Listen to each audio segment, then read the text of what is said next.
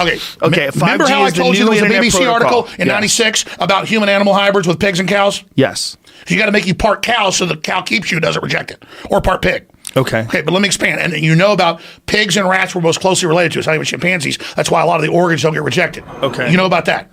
Yes. Okay. Yes. So pigs are very close to humans. They even use pig organs and people. Exactly. As usual, you know everything. So, no, it's true. I mean, you know, in a general knowledge, you know everything I know. No, I don't. Listen, let me tell you, Alex. Joe, this is literally, we know what they're doing. So just like they say, oh yeah, we had human-animal hybrids. This is like frickin' 39 years ago now. 23 years ago, I'm reading in the BBC about it and go confirm it's happening. Okay? And they're just floating it. There was an article in 1999 in the Baltimore Sun. And I interviewed Nick Begich. You ever heard of Nick Begich? Dr. Nick Begich? No. Oh my God, he'd blow you away. Who is he? His dad was a U.S. congressman that got killed. His brother, a U.S. senator. Should have him on the show? They're the guys that got all the money given to Native Americans. Can you spell his last name? Begich. He's a good friend of mine. Can I get him on? Absolutely, we'll fly right now. Anyways, the point is, so what does he do? he was telling me all these years ago, he goes, Alex, it isn't chemicals in the food and water. That's child's Spell his play. last name again?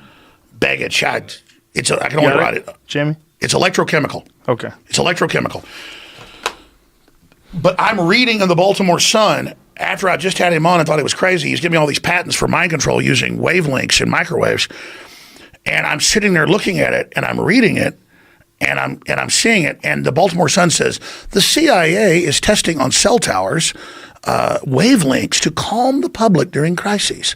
I just had Begich on with patents talking about that. What Begich explains is it's not that the microwaves have somehow interfaced with the brain. We already interface with the space winds and all these other magnetic fields and everything else. So they're all just testing this stuff. And so everything they deploy, they've got all these other technologies. My dad was at UT in '65 when he was in high school. They already had CD-ROMs, computers, everything. But they had a nuclear reactor underneath the building. And he wasn't supposed to tell them. And oh, absolutely. And that's what I'm telling you. It's a breakaway civilization, dude. We don't know what they've got. We don't know. We don't know who they're. We don't know the whole thing. That's what I'm telling you is this is hiding in plain view.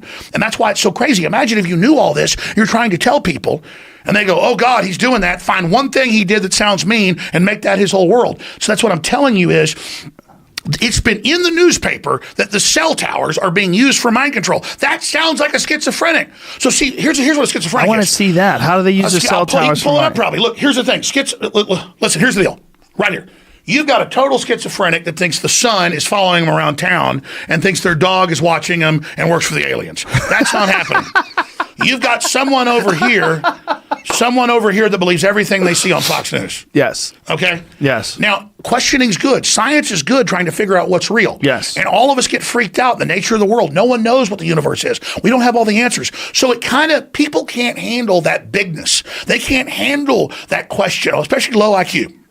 So they have to differentiate and create a model that allows them to put it in boxes so they can make it make sense because they can't handle it. It's like they say even top astronauts spacewalk for the first time and they're out in the universe and the whole planet's under them. And what are they going to do? It's mind-blowing. Well, imagine once you realize we don't know everything. We don't understand and it's endless and there's all this crazy crap. People go nuts. And as humans learn more and more, and as we become more advanced and go through this metamorphosis, it's going to create a giant societal crisis where most of the people are already going to get killed.